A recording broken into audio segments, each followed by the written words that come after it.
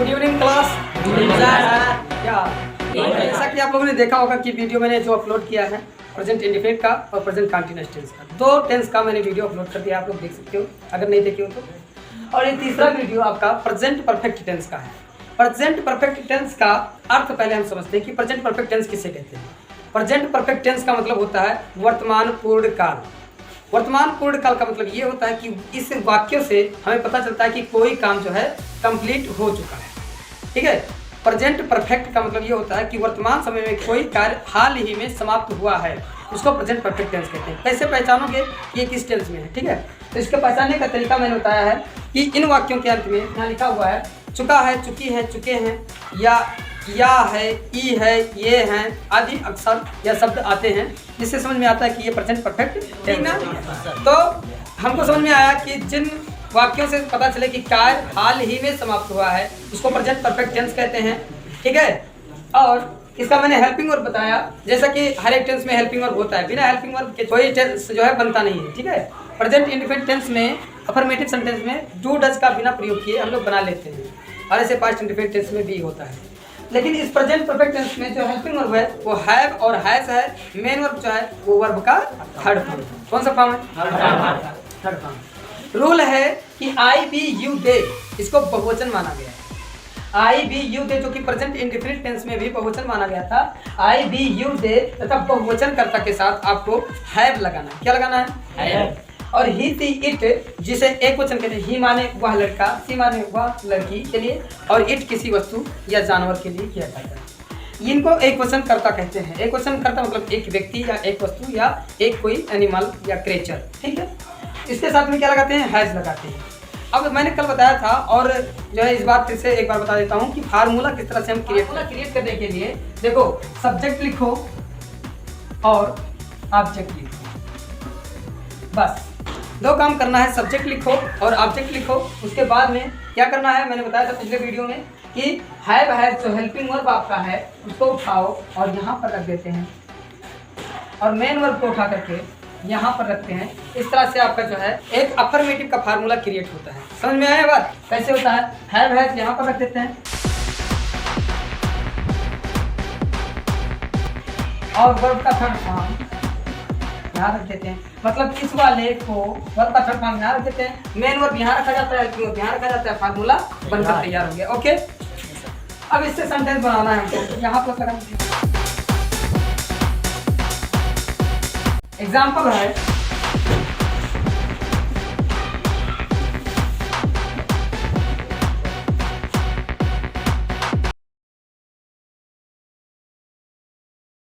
अब हम लोग इस सेंटेंस को बनाएंगे। ठीक है, देखते हैं कैसे बनता है।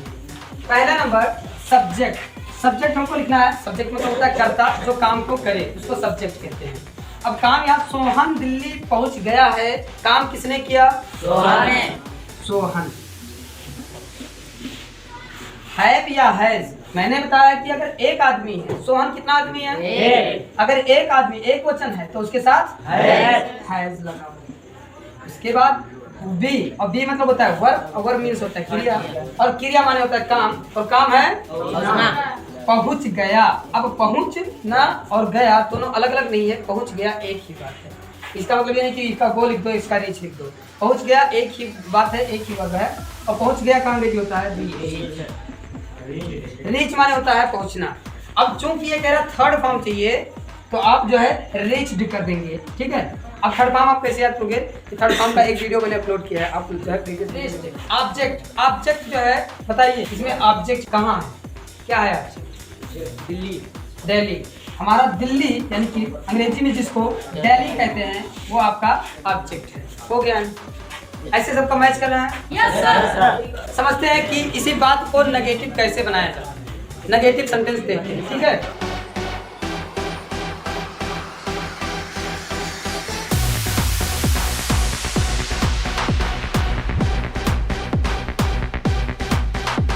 फार्मूला कैसे क्रिएट करते हैं ये समझते हैं। अफर्मेटिव का फार्मूला हमने क्रिएट इस तरह से किया कि सब्जेक्ट और ऑब्जेक्ट लिख दिया, उसके बाद हेल्पिंग वर्ब और मेन वर्ब बीच में रख दिया। इस तरह से हो गया। अब जो है नेगेटिव सेंटेंस का फार्मूला किस तरह से बनाएंगे देखते हैं। सेम आपको करना ये है कि अफर्मेटिव का फार्मूला पहले उतार लो, जैसे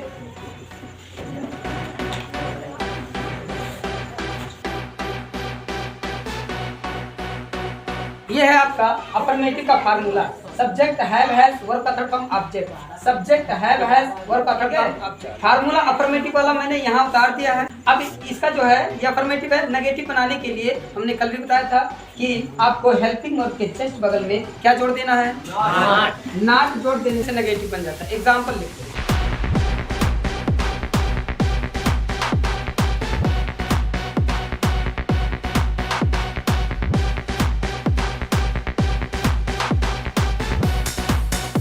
अब ये सेंटेंस कैसे बनता है देखिए ध्यान से। सब्जेक्ट है हमारा, सब्जेक्ट है उसने, उसने का अंग्रेजी हैव या हैज, पता है ही के साथ क्या लगाना है, हैज।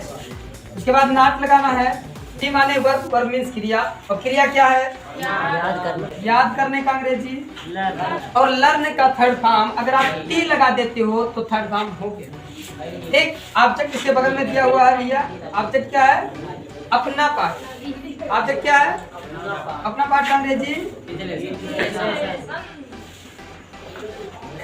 हिजलेस। ही के साथ हिज का प्रयोग होता है, ये बात मैंने कल बताया था। चलिए समझते हैं कि आपने कहा कि थर्ड फॉर्म जो है टी, आप टी ना लगा करके ईटी लगाओगे तब भी आपका सेकंड और थर्ड फॉर्म करता है।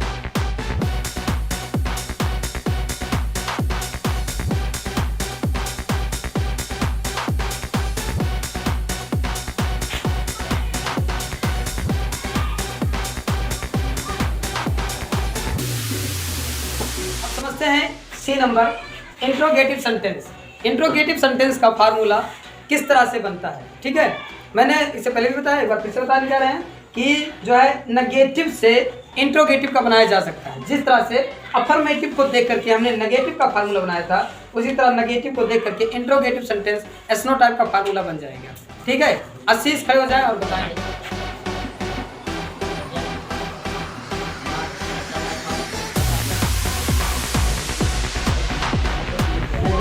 ठीक है, इनका बताया हुआ फार्मूला सही है। करना क्या पड़ता है, हेल्पिंग वर्ब को सामने कर दीजिए, सब्जेक्ट को पीछे कर दीजिए।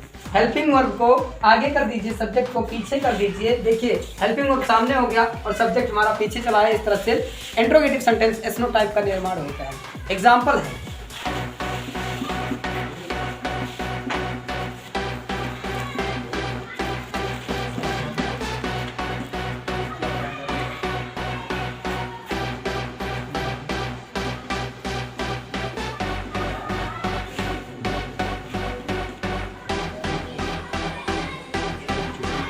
समझते हैं किस तरह से बनेगा।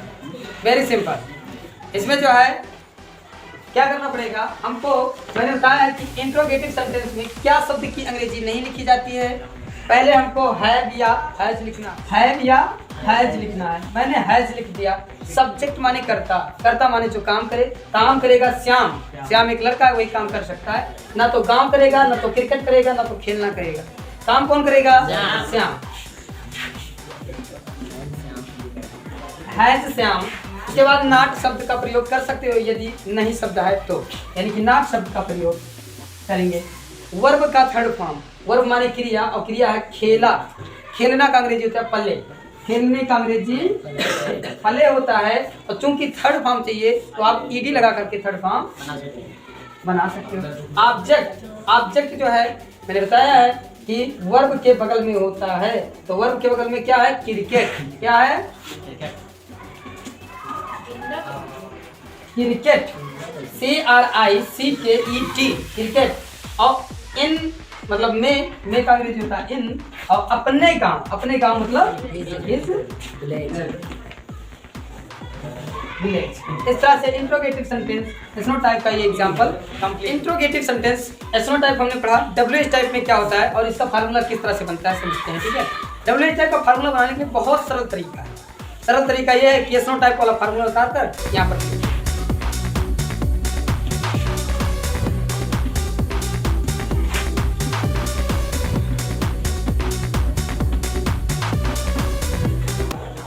यानी कि एसनो टाइप का फार्मूला मैंने have has subject not verb का थर्ड फॉर्म और ऑब्जेक्ट उतार दिया है। अब इसको WH टाइप बनाने के लिए आगे WH वर्ड लिख दीजिए, ठीक है। यानी कि आप सामने WH वर्ड लिख देंगे। WH वर्ड किसे कहते हैं एक बार ध्यान से सभी बच्चे सुन लें।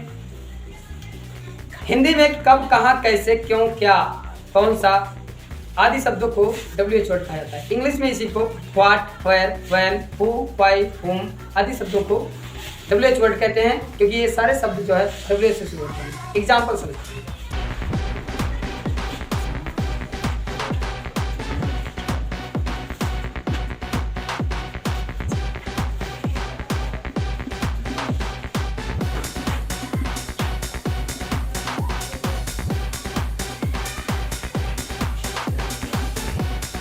इंट्रोगेटिव सेंटेंस WH टाइप का ये सेंटेंस।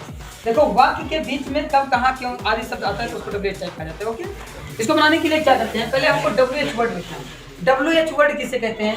जब मैंने बताया कि यदि वाक्य के बीच में कब, कहाँ, कैसे, तो क्यों शब्द आया। कौन सा शब्द? क्यों। अब क्यों की अंग्रेजी क्या होती है? वाई। अब वाई जो वर्ड है क्या WH वर्ड नहीं है? है। ओके, अब है भी या हैज लिखना है। यदि आपको नहीं पता है तो कुछ भी लिखो भी, तो मैंने लिख दिया हैज। उसके बाद हमको सब्जेक्ट लिखना है। सब्जेक्ट माने जो काम करे, काम कौन करेगा? उसने। उसने का अंग्रेजी होता है ही।